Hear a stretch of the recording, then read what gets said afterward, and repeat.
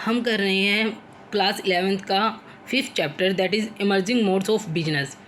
उसमें हमारा main point e business. E business क्या होता है? It refers to conducting all the industrial and commercial activities through computer network.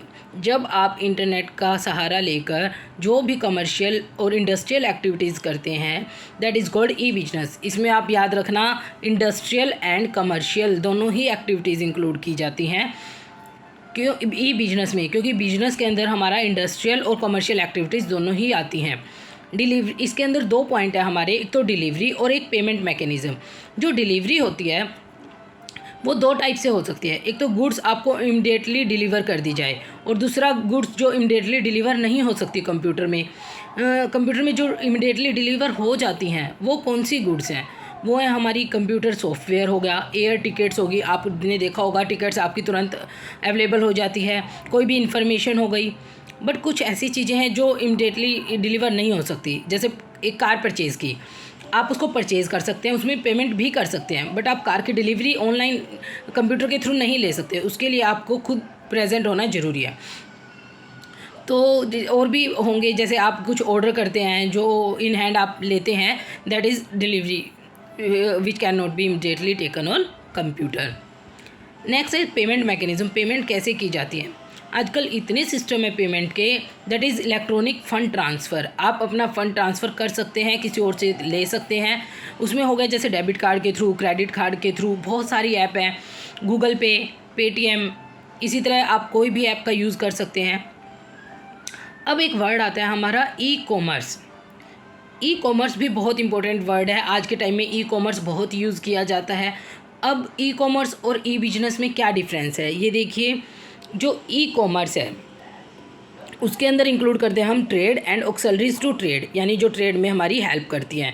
Trade में होता है बाइंग एंड सेलिंग, और जो बाइंग एंड सेलिंग में हमारी हेल्प करती हैं that is called auxiliaries to trade, जैसे कोई भी सर्विसेज लेना। ई बिजनेस में इंक्लूड होता है हमारा इंडस्ट्री एंड कॉमर्स।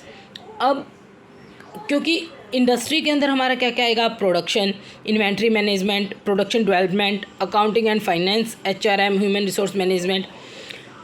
अब इसके अंदर ऑलरेडी कॉमर्स इंक्लूड है, तो इसका क्या साफ सा मतलब बनता है कि ई बिजनेस है वो अपने आप में वाइड स्कोप रखता है और ई कॉमर्स उससे कम स्कोप रखता है। अब हम साफ बोल सकते हैं e business has a wider scope. ये लाइन आपको याद रखनी है, ये 1 मार्क में भी आ सकती है। अब ई कॉमर्स होता है वो क्या होता है? It refers to conducting all the commercial activities through computer network, receiving information about goods, placing an order, receiving delivery, making payment. ये सब एग्जांपल है हमारे ई कॉमर्स के।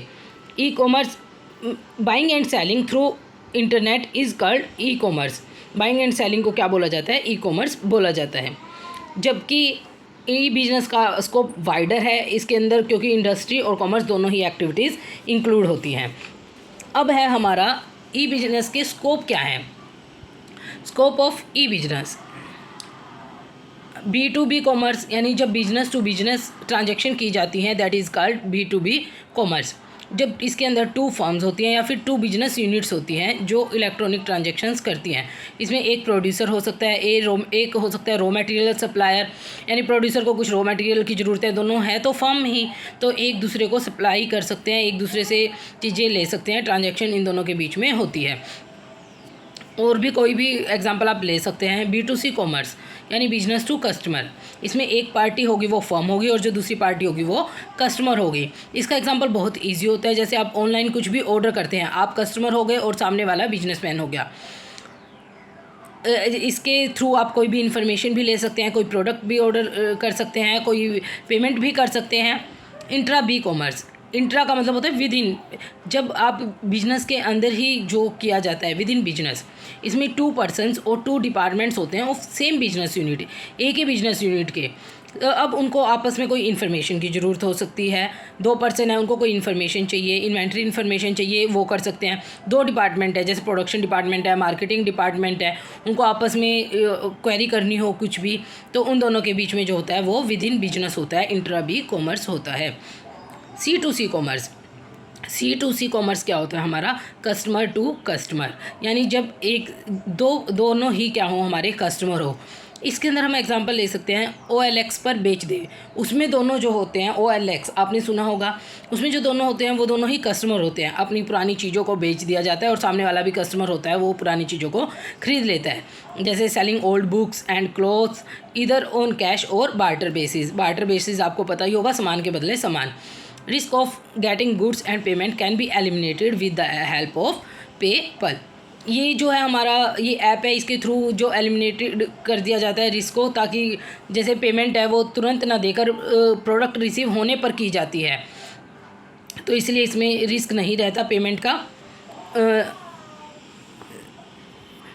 अब है हमारा डिफरेंस, जो पहले बिजनेस होता था ट्रेडिशनल बिजनेस और जो अब है ई बिजनेस, इन दोनों में क्या डिफरेंस है। ये देखिए, पहले जो था उसको इसकी फॉर्मेशन बहुत डिफ़िकल्ट होती थी। बिज़नेस पहले स्टैंड करो, फिर उसमें कस्टमर आएगा देखेगा तब पता चलेगा उसको। बट जो ई बिज़नेस है वो बहुत इजी है। सेकंड है फिज़िकल प्रेजेंस। इसमें फ़िज़िकल प्रेजेंट होना ट्रेडिशनल बिजनेस में ज़रूरी होता है, उसके बिना बिज़नेस नहीं किया जा सकता। ई बिज़नेस में इसकी कोई ज़रूरत नहीं है। Cost of setting up, traditional business को सेटअप करने में बहुत कॉस्ट आती थी, बट इसको सेटअप करने में बहुत कम कॉस्ट आती है। ट्रेडिशनल बिजनेस में डीलिंग टाइम ज़्यादा होता है, इसमें डीलिंग टाइम कम होता है। विद इन द सेकेंड्स इसमें सारी ट्रांजेक्शन्स कर दी जाती हैं।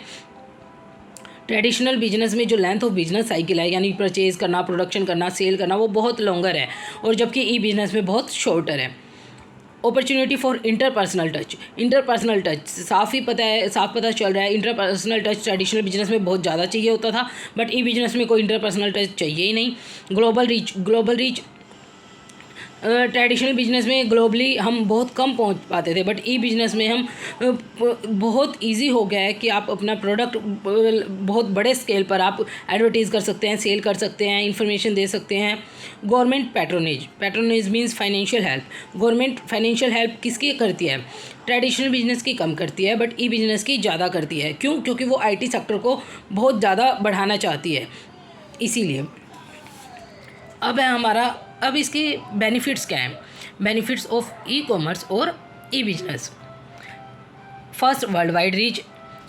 इससे आप विद इन सेकेंड्स आप पूरे वर्ल्ड में अपनी इन्फॉर्मेशन दे सकते हैं, कोई भी।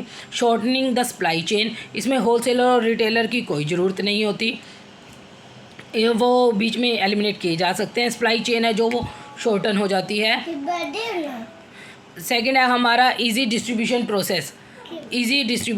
प्रोसेस होता है, इसमें आप अपने प्रोडक्ट को इजीली डिस्ट्रीब्यूट कर सकते हैं। Second, quick solution of doubts, इसमें जो भी डाउट्स होते हैं वो इजीली सॉल्व किए जा सकते हैं। आप अपनी क्वेरी डाल दीजिए, तुरंत आपके पास रिप्लाई आ जाता है। Easy to launch new product, आपका पेज ऑलरेडी होता ही है, तो इसीलिए आपको अपना प्रोडक्ट लॉन्च करने में कोई प्रॉब्लम नहीं होती। आप अपना प्रोडक्ट डाल दीजिए और वो सब लोगों तक पहुंच जाता है। लेस पर्सनल कॉस्ट, इसमें ज़्यादा पर्सनल कॉस्ट नहीं लगती, क्योंकि कंप्यूटर के थ्रू सब कुछ होता है। आपको इतने मेंबर्स की ज़रूरत ही नहीं होती, इतने पर्सनल की ज़रूरत नहीं होती। सेविंग ऑफ टाइम, इसमें टाइम बहुत सेव होता है। ई बिजनेस में आप तुरंत सारी इन्फॉर्मेशन चली जाती है, पेमेंट इजीली हो जाती है, परचेज़ इजीली हो जाता है। लेस रिस्क इन पेमेंट की रिस्क नहीं होता, क्योंकि ऑनलाइन पेमेंट के बहुत सारे मेथड्स हैं, उसके थ्रू आप पेमेंट कर सकते हैं, जो बिल्कुल भी रिस्की नहीं होता। Products and services available in remote area में अगर आप अपनी प्रोडक्ट और सर्विसेज पहले के पहुंचाना बहुत मुश्किल होता था, बट अब ऐसा ई बिजनेस के थ्रू आप रिमोट एरियाज़ में भी अपने प्रोडक्ट और सर्विसेज बहुत ईजिली पहुँचा सकते हैं। नेक्स्ट है resources required for e commerce and E business. अब इसके लिए हमें किन किन रिसोर्सेज की ज़रूरत होती है? एक तो कंप्यूटर सिस्टम चाहिए ही चाहिए। सेकंड, हमें इंटरनेट कनेक्शन होना चाहिए। इंटरनेट कनेक्शन के बिना आप अपने प्रोडक्ट को नहीं कर पाएंगे लॉन्च, ना आप परचेज़ कर पाएंगे, ना सेल कर पाएंगे। Preparing the web page prepare करना, जिसको होम पेज भी बोला जाता है, जिस पेज पर आपके प्रोडक्ट की जानकारी मिलती है। सेकेंड है सिक्योरिटी ऑफ बिजनेस ट्रांजैक्शन। इसमें सिक्योरिटी 3 फील्ड में होगी। देखो, एक प्रोडक्शन, कैश एंड इंस्ट्रूमेंट्स।